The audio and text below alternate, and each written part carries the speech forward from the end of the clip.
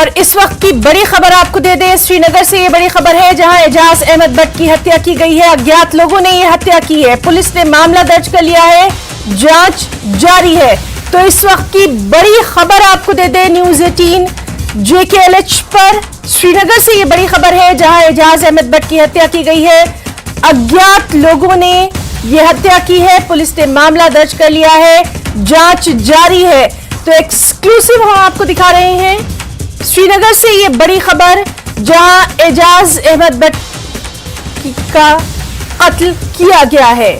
नामालूम लोगों ने ये कत्ल किया है। पुलिस ने मामला दर्ज कर लिया है, जांच जारी है। इस खबर से जुड़ी तमाम तफसीलात पर लगातार नजर बनी हुई है। फिलहाल ये अहम ब्रेकिंग आपको दे दें, श्रीनगर से है जहां एजाज अहमद भट्ट की हत्या कर दी गई है और अज्ञात लोगों ने यह हत्या की है। पुलिस ने मामला दर्ज कर लिया है। इस सिलसिले में जांच जारी है। खबर से जुड़ी तमाम तफसीलात पर लगातार नजर बनी हुई है।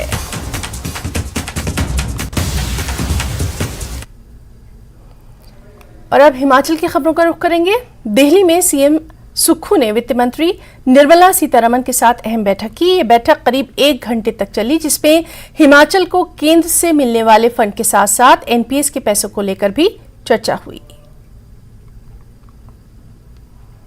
फाइनेंस मिनिस्टर साहब से बात हुई। हमारे जो एक्सटर्नल एडिट प्रोजेक्ट होते हैं, चाहे वो शिमला रोप बेस का है, चाहे वो टूरिज्म का है, चाहे वो पावर प्रोजेक्ट से संबंधित है, इन सब प्रोजेक्ट के संदर्भ में हमने बात की है और माननीय फाइनेंस मिनिस्टर्स ने कहा है कि हम इस पर सब पर गौर करेंगे। दूसरा, उनसे हमने अपने राज्य की स्थिति के बारे में बताया, फाइनेंशियल हेल्थ जो हमारी हालत है उसके बारे में भी बताया और हमने कहा कि जो हमारी लोन की लिमिट है उसको और इंक्रीज करने की ज़रूरत है ताकि विकास के कार्यों में कोई अवरोध पैदा ना हो सके। मुख्यमंत्री सुखविंदर सिंह सुक्खू ने दिल्ली में केंद्रीय पर्यावरण, वन एवं जलवायु परिवर्तन मंत्री भूपेंद्र यादव से खास मुलाकात की। इस दौरान सीएम ने शिमला में पर्यावरण मंत्रालय का एकीकृत क्षेत्रीय कार्यालय खोलने की मांग की। मुख्यमंत्री ने केंद्रीय मंत्री को बताया कि राज्य सरकार प्रदेश में राजीव गांधी डे बोर्डिंग स्कूलों का निर्माण करने जा रही है। इसके लिए सीएम ने केंद्रीय मंत्री से पहाड़ी क्षेत्रों में स्कूलों के निर्माण के लिए वन संरक्षण अधिनियम के तहत डायवर्जन की सीमा में छूट देने की मांग की। यहां सीएम ने 5 हेक्टेयर तक गैर वानिकी उद्देश्य के लिए वन भूमि के परिवर्तन को मंजूरी देने का अधिकार भी मांगा। Rajiv Gandhi day boarding school के जो फॉरेस्ट क्लियरेंस के केसेस है उस मामले में बात हुई, हेलीपोर्ट के मामले में बात हुई, क्योंकि हिमाचल प्रदेश की जो वेस्ट लैंड है जो प्रोटेक्टिव फॉरेस्ट की डेफिनेशन में आती है, इसलिए उन्होंने कहा कि इन सब लोग चीज़ों को हम देखेंगे और इस दृष्टिकोण से एफसीए के मामले जितने हमारे फंसे, एफआरए के मामले जितने फंसे, उस दृष्टिकोण से हम आगे बढ़ेंगे। केंद्रीय ऊर्जा मंत्री से मुलाकात को लेकर सीएम ने कहा कि उनसे शानन परियोजना समेत कई अहम विषयों पर बातचीत हुई है। सीएम ने कहा, शानन प्रोजेक्ट पर हिमाचल की जनता का अधिकार है और केंद्रीय मंत्री आरके सिंह ने इस मामले में उचित कदम उठाने का भरोसा दिया है। देखिए, केंद्रीय ऊर्जा मंत्री जी से मेरी कल काफ़ी लंबी चर्चा हुई और उस चर्चा में हमने जो शानन विद्युत प्रोजेक्ट है जिसकी लीज खत्म हो रही है, उस लीज के संदर्भ में हमने उनसे बात की और कहा कि इसकी लीज खत्म हो रही है, ये शानन विद्युत प्रोजेक्ट अब हिमाचल प्रदेश सरकार को मिलना चाहिए, हिमाचल प्रदेश जनता का उस पर अधिकार है। उस मामले पर उन्होंने कहा कि हम कानूनी प्रक्रिया का अध्ययन करने के बाद इस पर आपको आगे बताएंगे। डॉक्टरों की हड़ताल पर सीएम सुक्खू ने बड़ा बयान दिया है। सीएम ने कहा कि जिन डॉक्टर्स को एनपीए मिल रहा है वो हड़ताल पर हैं, जो बेहद दुर्भाग्यपूर्ण है। सीएम ने कहा कि डेंटल डॉक्टर्स के एक प्रतिनिधि मंडल की मांग पर नियमों के तहत बदलाव किया गया। प्रतिनिधि मंडल ने नौकरी की बात कही थी और एनपीए लेने से इनकार किया था। यहां सीएम ने डॉक्टर से हड़ताल वापस लेने की अपील की और कहा कि सरकार अपने फैसले पर पुनर्विचार करेगी। जो डॉक्टर्स लगे हैं वो जो हड़ताल पर गए हैं उनका तो एनपीए बंद नहीं हुआ है।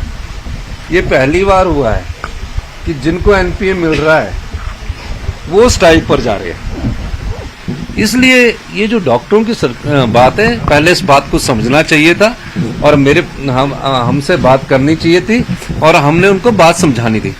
जब डॉक्टरों की पोस्टें एलोपैथिक की निकलेगी, जब डॉक्टरों की एलोपैथिक की निकले तो जो विड्रॉ किया उस पर पुनः विचार किया जा सकता है। लेकिन ये गलत बात है कि आप जिनको एनपीए मिल रहा है वो हड़ताल कर रहे हैं।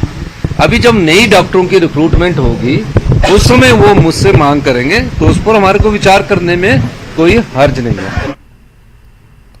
सीएम सुक्खू कल कांगड़ा के फतेहपुर विधानसभा क्षेत्र का दौरा करने वाले हैं। इस दौरान सीएम कई कार्यक्रमों में शामिल होंगे, जिसमें सीएम कल फतेहपुर के सकरी में 11:30 बजे के करीब नए बने पुल का उद्घाटन करेंगे। इस दौरान सीएम रांसर आइलैंड में बटरफ्लाई पार्क का निरीक्षण भी करेंगे और फतेहपुर में आम लोगों से भी मुलाकात करेंगे।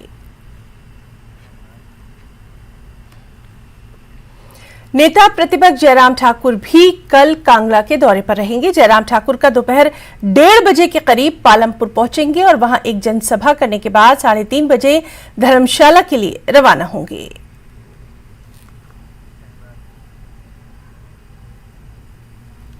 दिल्ली दौरे पर गए कैबिनेट मंत्री विक्रमादित्य सिंह ने कांग्रेस के राष्ट्रीय अध्यक्ष मल्लिकार्जुन खड़गे से खास मुलाकात की। इस दौरान विक्रमादित्य सिंह ने पार्टी अध्यक्ष को कर्नाटक में कांग्रेस की जीत की बधाई दी, साथ ही उन्हें राज्य सरकार की ओर से किए जा रहे कार्यों की भी जानकारी दी।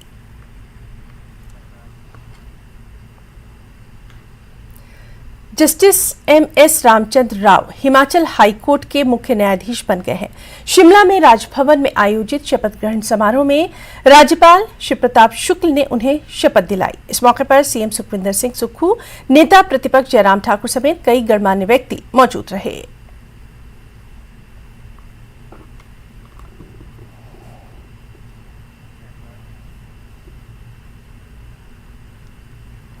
शपथ लेने के बाद हाईकोर्ट के मुख्य न्यायाधीश जस्टिस एमएस रामचंद्र राव ने कहा कि वो यहां आकर खुश हैं और उन्हें एक्शन में उनकी प्राथमिकताएं दिखेंगी। Happy to be here. Instead of speaking, I'll show it in my actions. And this is a nice state, nice people, and I'll try to serve the people of this state to the best of my ability. And I wish everybody happiness and good health. कृषि एवं पशुपालन मंत्री professor चंद्र कुमार ने कहा है कि प्रदेश सरकार गरीब एवं कमजोर वर्गों के कल्याण पर खासा जोर दे रही है। प्रदेश सरकार ने महिलाओं, बच्चों और अन्य कमजोर वर्गों के सामाजिक कल्याण के लिए 2233 करोड़ रुपए का बजट प्रस्तावित किया है। ये बात उन्होंने ज्वाली विधानसभा क्षेत्र के तहत बासा तथा वनतुंगली पंचायत में जनसभा को संबोधित करते हुए कही। हमने कहा सरकारी कर्मचारी 30 साल सेवा करने के बाद खाली हट जाए। जब आदमी बुढ़ापे में होता है तो खर्चे बढ़ जाते हैं, दवाइयों के खर्चे बढ़ जाते हैं, बच्चों की जिम्मेवारी बढ़ जाती है, शादियां करनी पड़ती हैं, बच्चों को एजुकेशन देनी पड़ती है। इसलिए हमने कहा कि हम पुरानी पेंशन बहाल करेंगे। और बहुत बड़ा जलसा जो है वो हमारे नौजवान मुख्यमंत्री सुखविंदर सिंह सुक्खू और मैं भी वहां पर था। हजारों सरकारी कर्मचारी वहां करके इस फैसले का स्वागत किया। अब आप सर्विस करेंगे पूरी, आपको पूरी पेंशन का। एक बयान को लेकर जोगेंद्र नगर विधायक प्रकाश राणा ने सांसद प्रतिभा सिंह पर निशाना साधा है। बयान पर प्रकाश राणा ने आपत्ति जताई है और प्रतिभा सिंह को वायदों को पूरा करने की नसीहत दी है। बोला 300 यूनिट बिजली फ्री करेंगे, वो आप तो बात कर नहीं रहे भाई। 1500 महिलाओं को नाम का आप जो जनता को आप बेवकूफ बना रहे हैं। धोखाबाजी आपने की, जनता को धोखा किया, बहनों को हमारी को धोखा दिया, झूठ बोल के आप लोगों ने वोट ले लिए। आपने अगर देना है 1500 किसको बोलते हैं? जिनको ऑलरेडी लगा है, जिनको ऑलरेडी पेंशन मिलती है, जिनको ऑलरेडी 1360 दिन को अगर 150, 200, 250 देकर आप सबको बेको आप देना, तो आप हमारी बेटियों को 18 साल से शुरू करो ना। आप क्यों नहीं दे रहे हैं? और क्या लिखा है कि 31 जनवरी को सबके बैंकों में पैसा आएगा। आ गया? वो तो बात ही नहीं है भाई। वो बात करो आप, वो तो बताओ हमें भाई। इसको बताओ जो आपने वादा किया था मिला। बोला 300 यूनिट बिजली फ्री करेंगे। बिजली भाइयों आपके भी बिल बाल आ रहे हैं, बिजली तो उल्टी महंगी हो गई। अपना हिमाचल में वक्त एक छोटी सी ब्रेक का, और ब्रेक के बाद अपना हिमाचल में खबरों को आगे बढ़ाएंगे। देहरा के निर्दलीय विधायक होशियार सिंह पर अब बीजेपी हमलावर हो गई है। देहरा में बीजेपी के जिला प्रवक्ता अमित राणा ने विधायक को अमर्यादित भाषा का प्रयोग न करने की सलाह दी। बता दें कि निर्दलीय विधायक होशियार सिंह ने मुख्यमंत्री के कार्यक्रम में केंद्रीय मंत्री अनुराग ठाकुर पर निशाना साधा था।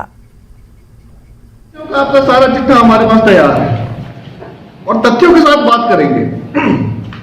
आप बताइएगा, आप हमारे बारे में, हम आपके बारे में। लेकिन इस प्रेस वार्ता के माध्यम से मैं आपको बड़े ही अच्छे ढंग से मर्यादित भाषा में ये बता देना चाहता हूं कि कृपया करके लोगों को मूर्ख समझना बंद कर दें। लोगों को अपना भविष्य पता है और आप अपनी गंदी राजनीति को अपने पास रखें, और कम से कम अगर आपने कुछ देर के लिए किया है, कोई एक अचीवमेंट है, तो हमें कृपया करके बताते जाइएगा। शिक्षा मंत्री रोहित ठाकुर ने शिमला के बढ़ाल उप स्वास्थ्य केंद्र का शिलान्यास किया। उन्होंने इस मौके पर कहा कि उप स्वास्थ्य केंद्र बढ़ाल का निर्माण कार्य लगभग 92 लाख रुपए से पूरा किया जाएगा और केंद्र बनने से क्षेत्र के लोगों को बेहतर स्वास्थ्य सुविधाएं उपलब्ध रहेंगी। इस मौके पर शिक्षा मंत्री ने महिला मंडल भवन बढ़ाल में लोगों की समस्याएं सुनी। उन्होंने कहा कि लोगों की समस्याओं का समयबद्ध तरीके से निपटारा करना सुक्खू सरकार की प्राथमिकता है।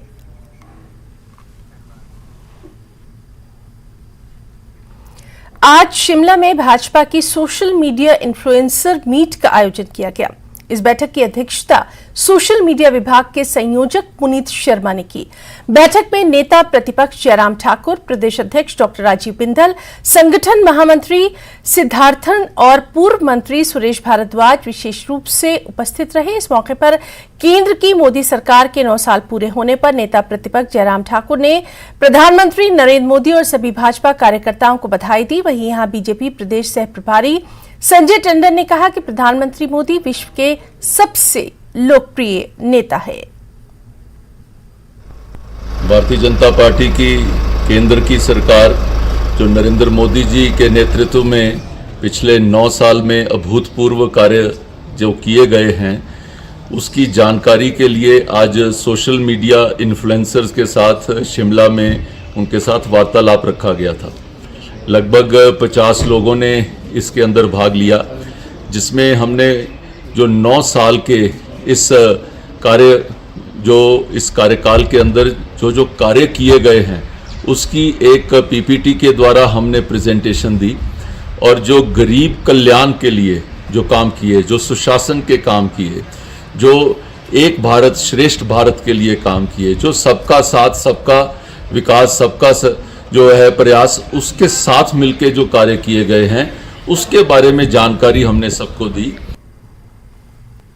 लोक निर्माण विभाग मंत्री विक्रमादित्य सिंह ने अपने सिरमौर प्रवास के दौरान रेणुकाजी विधानसभा क्षेत्र के दादू संगड़ा हरिपुर धार को जोड़ने वाले दनोई बैली ब्रिज का लोकार्पण किया। इस पुल का निर्माण करीब 1.5 करोड़ रुपए की लागत से किया गया है। उन्होंने कहा कि रेणुकाजी क्षेत्र में सड़कों और पुलों के रुके हुए कार्यों में गति लाई जाएगी और पीएमजीएसवाई के तहत 50 करोड़ और नाबार्ड के तहत 20 करोड़ रुपए सड़कों के निर्माण और रखरखाव पर खर्च किए जाएंगे।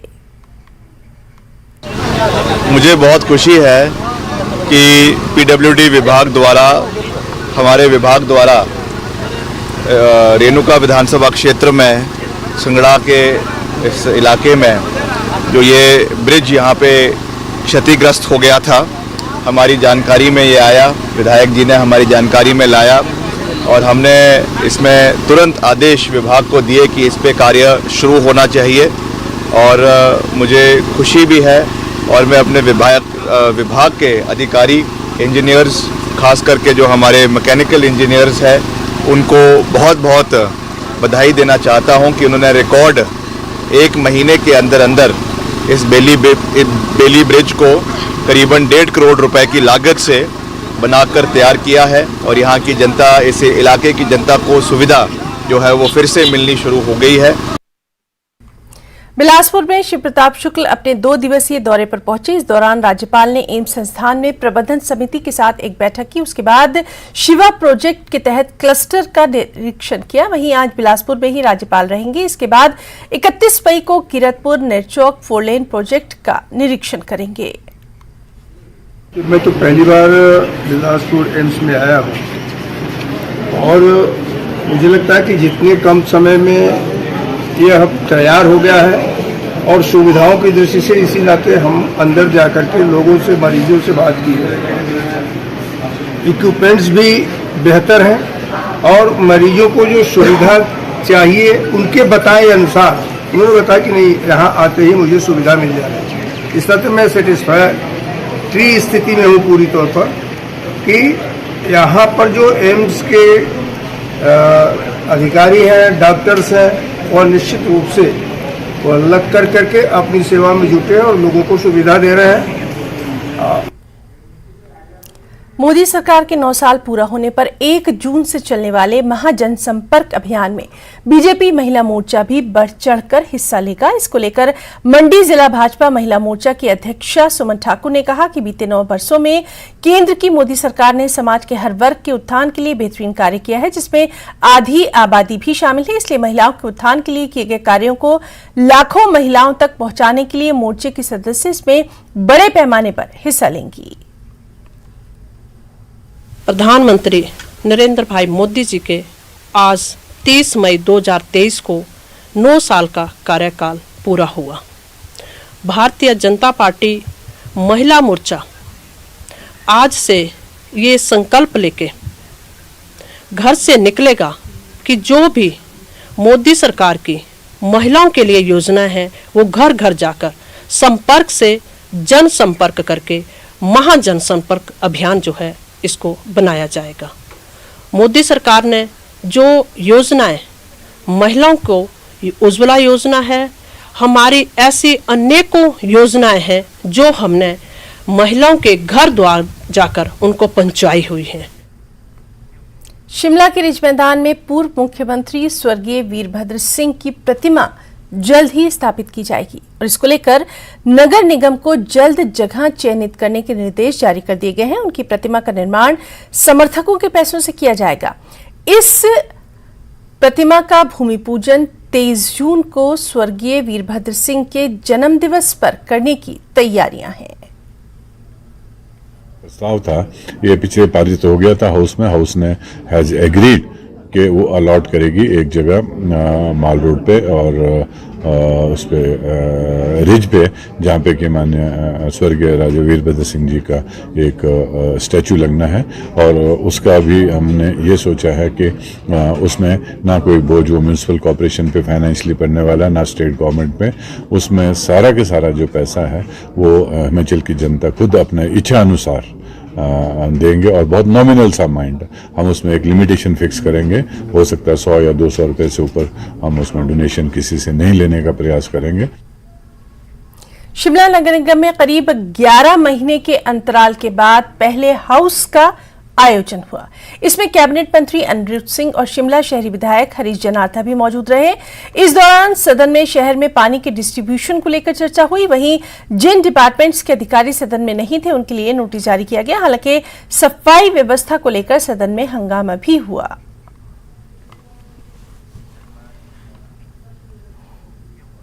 एबीवीपी ने धर्मशाला और देहरा में केंद्रीय विश्वविद्यालय के स्थायी परिसर के निर्माण कार्य में तेजी लाने की मांग की है। एबीवीपी के प्रदेश सह मंत्री ऋतिक पलसरा ने कहा कि 14 साल बीत जाने के बाद भी केंद्रीय विश्वविद्यालय को स्थायी परिसर नहीं मिल पाया है, जबकि केंद्रीय विश्वविद्यालय के नाम पर सभी ने राजनीति खूब की है। कि जब विद्यार्थी परिषद ने इस आंदोलन की शुरुआत की थी कि जो हमारा केंद्रीय विश्वविद्यालय का स्थायी परिसर है उसका निर्माण कार्य जो है जल्द से जल्द होना चाहिए। हिमाचल किसान सभा ने उपायुक्त कुल्लू आशुतोष कर के माध्यम से सांसद मंत्री प्रतिभा सिंह को एक ज्ञापन भेजा है। इस ज्ञापन में किसानों ने उनकी मांगों को संसद में उठाने की मांग की है। किसानों ने कहा कि अगर उनकी समस्याओं का समाधान नहीं हुआ तो वो देश भर में फिर से आंदोलन करेंगे। किसान मोर्चा ने 1 साल का आंदोलन जो समाप्त किया वो कुछ मांगे थी जिसके आधार पे केंद्र सरकार के साथ समझौता हुआ था। लेकिन आज इतना समय बीतने के बाद अभी भी सरकार उस समझौते को पूरा, उन मांग को पूरा नहीं कर पाई। उसमें किसानों की फसल का जो न्यूनतम समर्थन मूल्य स्वामीनाथन आयोग की सिफारिशों के आधार पे, और जो है न्यूनतम समर्थन मूल्य और खरीद की गारंटी का MSP का गारंटी कानून बने। दूसरा है किसानों की कर्जा माफ़ी का। तीसरा है जो लखीमपुर खीरी के अंदर जो गृह राज्य मंत्री अजय टैनी के बेटे ने जो गाड़ी से कुचला 4 किसानों और एक पत्रकार को अभी तक उनको पद से नहीं हटाया गया, ना गिरफ्तार किया गया। इस तरह की मांगों को लेकर संयुक्त किसान मोर्चा ने पूरे देश में आह्वान किया है। 22 मई से लेकर 31 मई तक जो अपने अपने सांसद के जो सांसद है आपके पार्लियामेंट्री क्षेत्र, उनको ये मांग पत्र देना है। सुंदरनगर शहर के आसपास तेंदुआ दिखने की खबर से स्थानीय लोगों में दहशत का माहौल देखा जा रहा है। तेंदुए की चहलकदमी का CCTV वीडियो भी सामने आ गया है। दरअसल ये तेंदुआ एक शख्स के आंगन में आ गया था और उसी समय CCTV में कैद हो गया। अब लोगों ने वन विभाग से पिंजरा लगाकर इस तेंदुए को पकड़ने की गुहार लगाई है। दिनांक 26 मई शुक्रवार के दिन शाम को 7:30 बजे के लगभग हमारे घर में एक तेंदुआ प्रवेश कर गया आंगन में, और वो जंगल की तरफ से उतरा। उसने दीवार फांद कर जो है हमारे आंगन की तरफ जो छलांग लगाई और काफी देर तक इधर उधर घूमता रहा। मेरी वन विभाग से गुजारिश है कि उस तेंदुए को पकड़ा जाए। तो अब तक हिमाचल की खबरों में फिलहाल इतना ही। इजाजत दीजिए, नमस्कार।